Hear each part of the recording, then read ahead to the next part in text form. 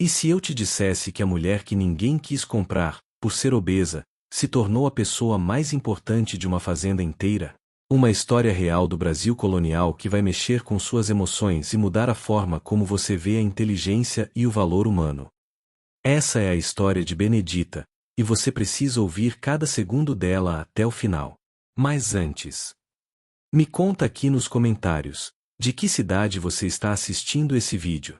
Quero saber se essa história está alcançando todo o Brasil. E se ainda não é inscrito no canal, clica no botão vermelho aqui embaixo agora. Você não vai querer perder as próximas histórias incríveis que estão vindo por aí. Bora lá! Ninguém na região entendia o Coronel Augusto. Enquanto outros fazendeiros orgulhavam-se do número de escravizados em suas propriedades, ele parecia movido por algo diferente, algo que os vizinhos classificavam como fraqueza ou excentricidade perigosa. A fazenda Santa Cruz era conhecida por algo incomum: os escravizados tinham direito a pequenas hortas próprias, aprendiam ofícios além do trabalho na lavoura, e suas famílias raramente eram separadas. Dona Mariana, esposa do coronel, insistia que todos recebessem atendimento quando adoeciam, usando as mesmas ervas e cuidados que ela dispensava à própria família. Os domingos na fazenda tinham um ritmo diferente.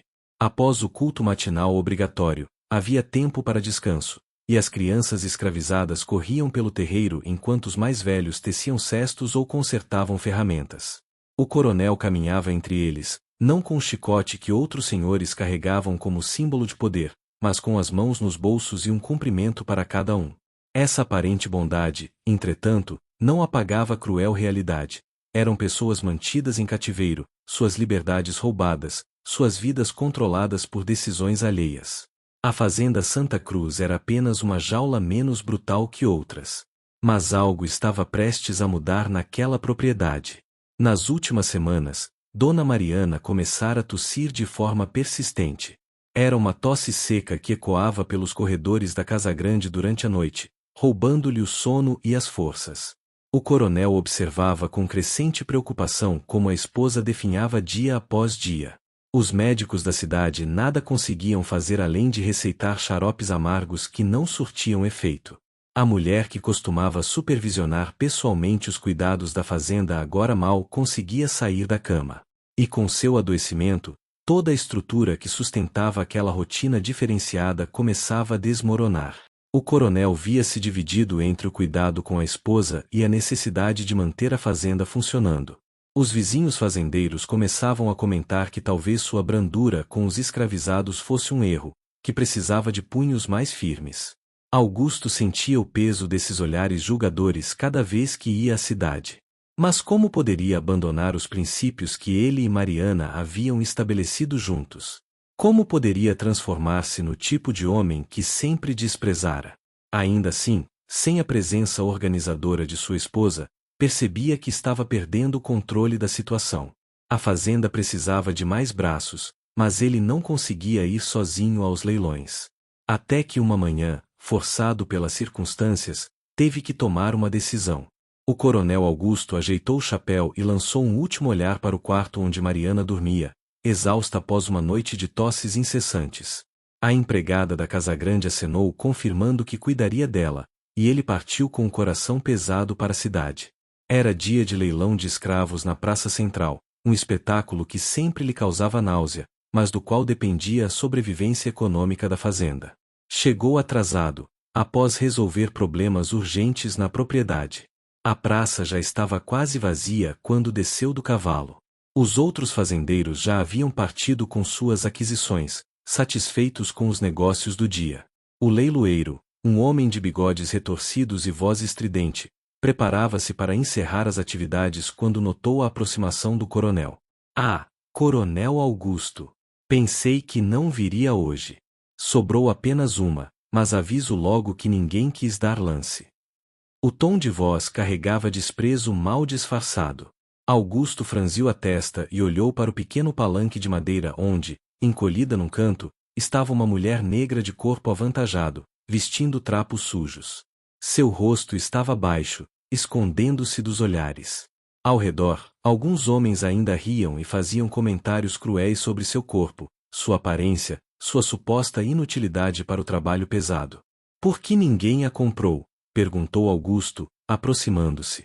O leiloeiro deu de ombros com desdém. Veja por si mesmo, coronel. É gorda demais para trabalho na lavoura. Provavelmente come mais do que produz.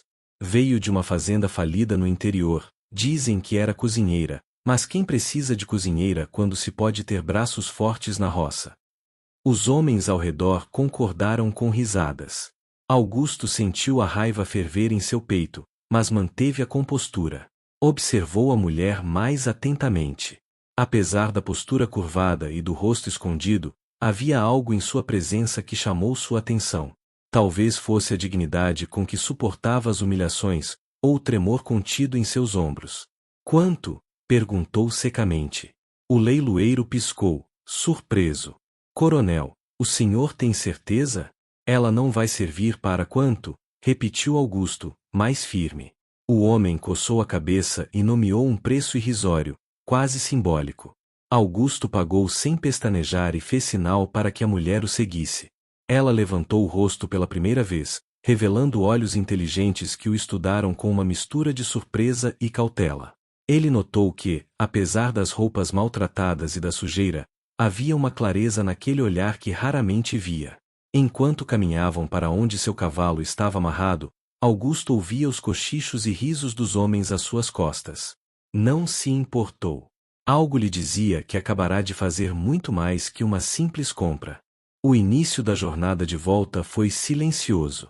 Augusto cavalgava devagar, e a mulher caminhava ao lado, mantendo distância respeitosa. O coronel observava-a discretamente, notando que apesar do cansaço evidente, ela mantinha os ombros eretos e o passo firme. Não era a postura típica de quem acabará de ser vendido como gado em praça pública. Havia algo diferente ali, uma força interior que desafiava as circunstâncias. Após meia hora de caminhada em silêncio, Augusto não resistiu. Como é seu nome? A pergunta saiu mais gentil do que ele pretendia.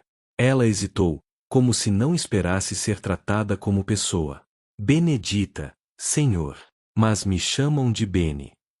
Augusto acenou. Bene, então. Você trabalhava como cozinheira? Ela confirmou com um movimento de cabeça, ainda cautelosa. Sim, senhor. Na fazenda dos Morais, até o velho coronel falecer. Os herdeiros venderam tudo, inclusive nós. Sua voz era melodiosa, educada, com uma pronúncia que revelava mais instrução do que seria comum. Augusto captou isso imediatamente. Você sabe ler? A pergunta fez com que ela tropeçasse levemente, recuperando-se em seguida. O medo atravessou seu rosto. Sabia ler era frequentemente motivo de punição para pessoas escravizadas, pois senhores temiam escravos instruídos. Eu aprendi com a sinhá moça da casa, senhor. Ela insistiu, contra a vontade do coronel. Por favor, não. Não se preocupe, interrompeu Augusto, surpreendendo-se com a própria emoção na voz. Na minha fazenda, ninguém é punido por ter conhecimento. Muito pelo contrário. Benedita ergueu os olhos, incrédula. Durante anos ouvirá histórias sobre fazendas onde os cativos eram tratados com menos brutalidade, mas sempre desconfiara que fossem lendas inventadas para manter a esperança acesa em corações desesperados. Agora, olhando para aquele homem de rosto cansado e olhos gentis, permitiu-se uma fagulha de esperança. Augusto continuou: minha esposa está muito doente.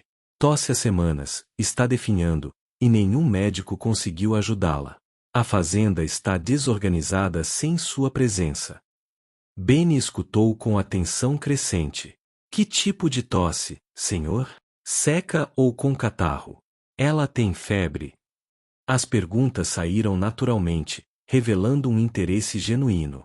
Augusto descreveu os sintomas em detalhes, e observou como os olhos de Benedita se moviam rapidamente, como se estivesse consultando um arquivo mental de conhecimentos.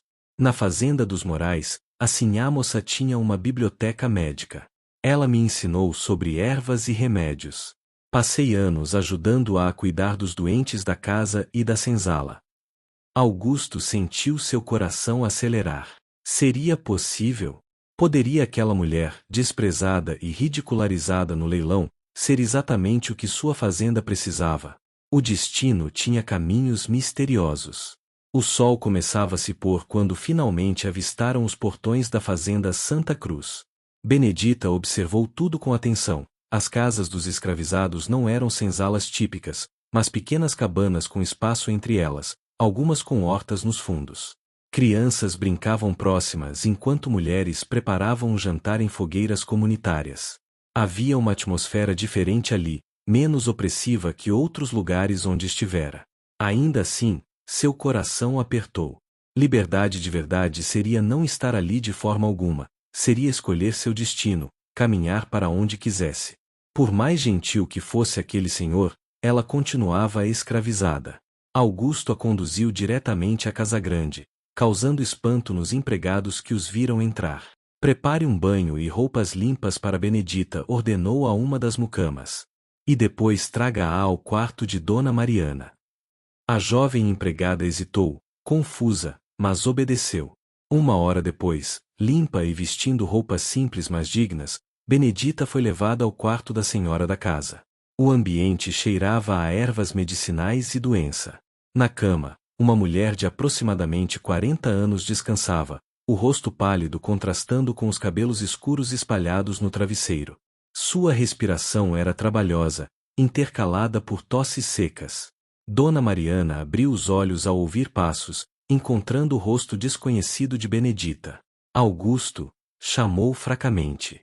O coronel aproximou-se, segurando a mão da esposa. Mariana, está é Benedita. Ela tem conhecimentos de medicina caseira e ervas. Pensei que talvez pudesse observá-la, com sua permissão. A expressão de Mariana era cética, mas também desesperada. Já havia tentado de tudo. Faça o que for necessário, sussurrou. Benedita aproximou-se respeitosamente, seus movimentos calmos e profissionais. Começou examinando a senhora com cuidado, fazendo perguntas sobre os sintomas, observando a cor da pele, a língua, ouvindo o som da respiração. Após alguns minutos de exame silencioso, Benedita recuou, seu rosto pensativo. Senhor, sinhá, posso fazer algumas perguntas sobre a casa? Augusto acenou, intrigado. A senhora dorme sempre neste quarto? As janelas ficam abertas ou fechadas? Há umidade nas paredes? Mariana, surpresa com a especificidade, respondeu que dormia ali há anos, que mantinha janelas fechadas por causa do sereno, e que sim, havia notado manchas de umidade atrás do armário. Benedita assentiu lentamente. Já vi algo parecido antes. Assim a moça que me ensinou chamava de doença do mofo. Não é a umidade em si, mas algo que cresce nela e que alguns respiram e adoecem.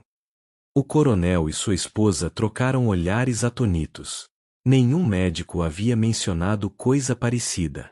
Existe tratamento? Perguntou Augusto, tentando controlar a ansiedade na voz.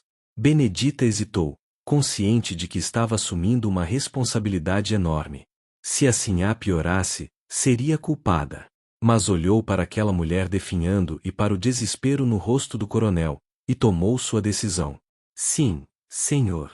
Mas vai precisar de tempo, paciência, e algumas ervas específicas que precisarei colher na mata. E a sinhá precisa trocar de quarto imediatamente, para um lugar seco e arejado. Pela primeira vez em semanas, Augusto sentiu renascer dentro de si algo que quase havia perdido, esperança.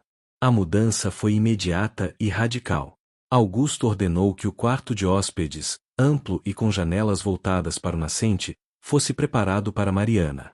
Benedita supervisionou pessoalmente a limpeza, instruindo que todos os tecidos fossem lavados em água fervente com sal e deixados ao sol.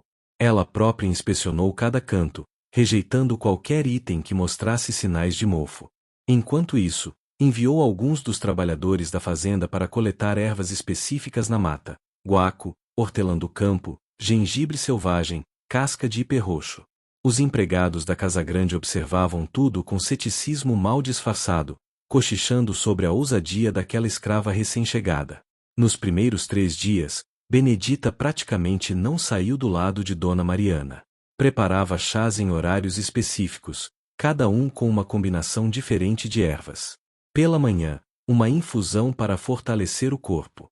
À tarde, outra para limpar os pulmões. À noite, um preparado para acalmar a tosse e permitir o sono. Também fazia compressas quentes no peito da sinhá e a ensinava exercícios de respiração que aprenderá observando a sinhá moça tratar casos semelhantes.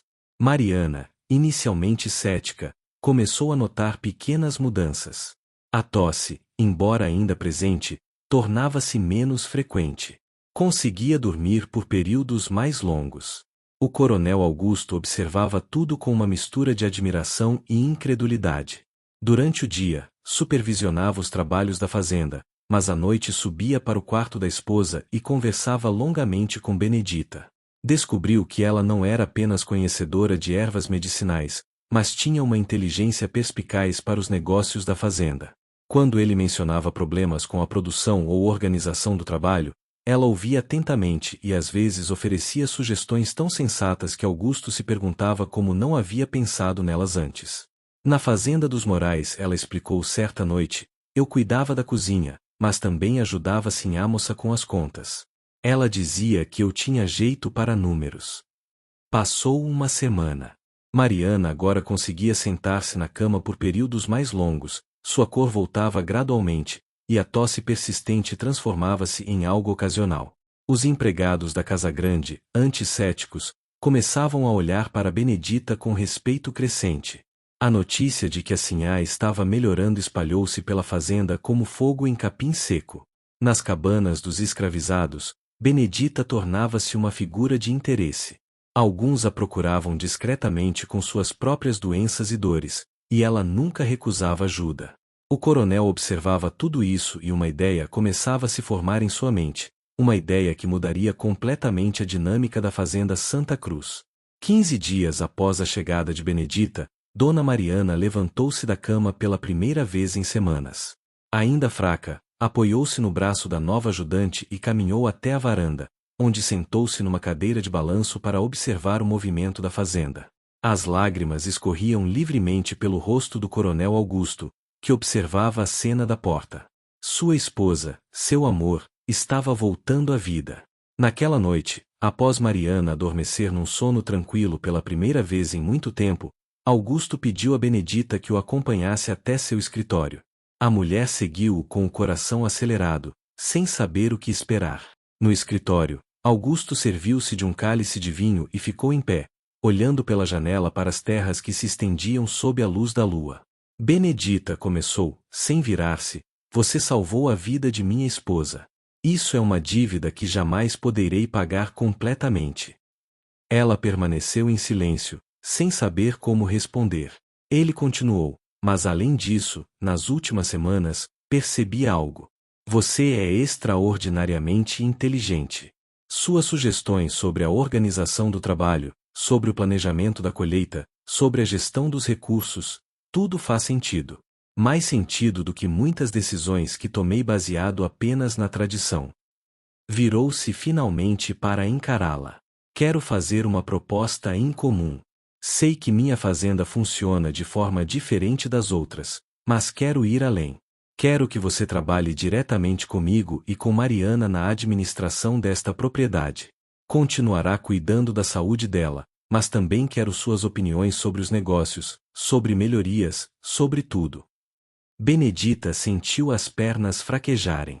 Aquilo era impossível, inaudito. Uma mulher escravizada envolvida na administração de uma fazenda? Senhor, as pessoas vão dizer que não me importo com o que vão dizer, interrompeu Augusto firmemente. Esta é minha fazenda e estas são minhas decisões. Benedita respirou fundo, lutando contra a emoção que ameaçava transbordá-la. Senhor, eu aceito. Mas preciso dizer uma coisa. Augusto acenou para que continuasse. Por mais gentil que o senhor seja, por mais diferente que seja esta fazenda, eu continuo escravizada. Não tenho liberdade para recusar, para partir, para ser dona do meu destino. O senhor me pergunta se aceito, mas nós dois sabemos que não é realmente uma escolha. As palavras saíram com uma honestidade crua que surpreendeu ambos. Augusto ficou em silêncio por longos momentos, o peso daquela verdade assentando-se sobre seus ombros. Você está certa, disse finalmente, a voz carregada de emoção. Completamente certa. Eu gostaria de poder mudar isso imediatamente, mas...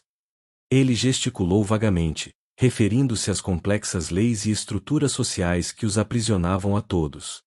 Tudo o que posso prometer é que tentarei fazer da sua vida aqui a melhor possível, dentro das limitações que não posso mudar sozinho. Benedita assentiu lentamente. Não era liberdade, mas era honestidade. E de alguma forma, naquela conversa franca, estabeleceu-se entre eles um respeito mútuo que transcendia as terríveis circunstâncias que os definiam como senhor e escrava. Algo estava mudando na fazenda Santa Cruz, algo que nenhum dos dois compreendia completamente ainda. Os meses seguintes trouxeram mudanças profundas à fazenda Santa Cruz. Dona Mariana recuperou-se completamente, e sua gratidão a Benedita transformou-se em uma amizade incomum e complicada, sempre marcada pela brutal realidade de suas posições sociais. As duas mulheres passavam horas conversando sobre a administração da fazenda, sobre as pessoas escravizadas que ali viviam, sobre maneiras de melhorar as condições sem causar escândalo entre os vizinhos fazendeiros. Benedita tornará-se uma figura central na propriedade, não apenas como curandeira, mas como conselheira nas decisões importantes. A produção da fazenda aumentou significativamente. Benedita sugerira mudanças na rotação de culturas, na organização das equipes de trabalho, e na distribuição de tarefas que otimizavam o tempo e reduziam o desperdício. Os escravizados da propriedade, inicialmente desconfiados da recém-chegada, começaram a vê-la como uma aliada. Ela usava sua posição privilegiada para interceder por eles junto ao coronel, para garantir que as famílias permanecessem unidas, para que os doentes recebessem cuidado adequado. Nunca esquecia, porém, que sua posição era precária, dependente da boa vontade de pessoas que, por mais bondosas, ainda mantinham em cativeiro. Os vizinhos começaram a comentar sobre a fazenda Santa Cruz com uma mistura de inveja e desaprovação. Como era possível que aquela propriedade prosperasse enquanto o coronel mimava seus escravos? O próprio Augusto tornará-se mais confiante em suas convicções, menos preocupado com as opiniões alheias. Numa reunião de fazendeiros, quando questionado sobre seus métodos, respondeu com firmeza: minha fazenda produz mais que as vossas, meus escravizados são mais saudáveis, e durmo bem à noite. Cada um administra suas terras como acha melhor. A resposta causou constrangimento, mas também admiração relutante. Porém, nem tudo eram flores. A tensão de viver sob o sistema escravocrata, mesmo em suas formas mais brandas, cobrava seu preço. Benedita frequentemente acordava no meio da noite, lembrando-se de que não era livre, de que aquela vida relativamente confortável podia ser destruída a qualquer momento. As crianças escravizadas da fazenda cresciam, e ela sabia que quando ficassem adultas, enfrentariam as mesmas correntes invisíveis. O coronel e Dona Mariana também sentiam o peso moral de sua posição, sabendo que por mais que tentassem ser justos, participavam de um sistema fundamentalmente injusto. Nas conversas noturnas no escritório, Augusto às vezes confessava a Benedita seus conflitos internos, e ela ouvia em silêncio, consciente de que aquele desconforto dele nunca se equipararia ao seu próprio sofrimento de não ser livre. 3 anos se passaram desde aquele dia no leilão. A fazenda Santa Cruz tornará-se uma das mais prósperas da região, mas também uma das mais controversas. Benedita consolidara-se como figura essencial na administração, e sua reputação como curandeira espalhou-se pelas fazendas vizinhas. Ironicamente, os mesmos fazendeiros que criticavam os métodos do coronel Augusto enviavam seus escravizados doentes para serem tratados por ela. Dona Mariana nunca mais adoecera seriamente, e creditava sua saúde aos cuidados preventivos e ao conhecimento de Benedita. Uma tarde, Augusto convocou Benedita ao escritório com uma solenidade incomum. Benedita começou, segurando um documento: Mariana e eu conversamos longamente sobre algo. Sabemos que não podemos mudar o mundo, não podemos acabar sozinhos com a escravidão, mas podemos mudar sua vida. Ele estendeu o papel com mãos trêmulas. Esta é sua carta de alforria. Você está livre. Benedita sentiu o mundo girar. Pegou o documento com dedos tremendo, lendo as palavras que tanto ansiara ver. Lágrimas começaram a escorrer sem controle. Liberdade. Após toda uma vida de cativeiro, finalmente liberdade. Senhor, eu não sei o que dizer, sussurrou. Não diga nada ainda, Augusto sorriu gentilmente. Há mais. Queremos que você permaneça na fazenda, mas não como escrava, e sim como administradora contratada, com salário digno. Mariana e eu somos velhos, não temos filhos. Esta fazenda precisará de alguém para mantê-la funcionando quando não estivermos mais aqui. Queremos que seja você. Benedita caiu de joelhos, o choque sendo demais para suportar em pé. Mas, senhor, as leis, as pessoas, vão dizer que digam o que quiserem, interrompeu Augusto. Não serei hipócrita. Não posso libertar todos que trabalham aqui, pois minha ruína não ajudaria ninguém. Mas posso começar com você. E com o tempo, talvez outros também. Naquela noite, a notícia espalhou-se pela fazenda como um sussurro de esperança. Benedita, a mulher que ninguém quisera comprar por ser considerada inútil, tornará-se livre. Mais que isso, tornará-se exemplo de que dentro daquele sistema brutal, pequenas fissuras de humanidade e justiça ainda podiam existir. Nas cabanas dos escravizados, mães abraçavam seus filhos e sussurravam que talvez, apenas talvez, um dia eles também pudessem ser livres. Não era a revolução que o sistema merecia enfrentar, mas era um começo. Era um raio de luz numa escuridão profunda. Anos depois, quando a escravidão finalmente foi abolida no Brasil, a fazenda Santa Cruz já tinha libertado mais de 50 pessoas. Benedita tornará-se uma figura legendária na região, uma mulher que transformou desprezo em respeito, que converteu conhecimento em poder, e que nunca esqueceu de onde viera. Seu legado não era apenas médico ou administrativo, mas humano, a prova de que dignidade não pode ser comprada nem vendida, de que existe em cada pessoa independentemente das correntes que a sociedade tenta impor. A história da mulher que ninguém quis, e que salvou não apenas uma vida, mas a alma de uma fazenda inteira, seria contada por gerações.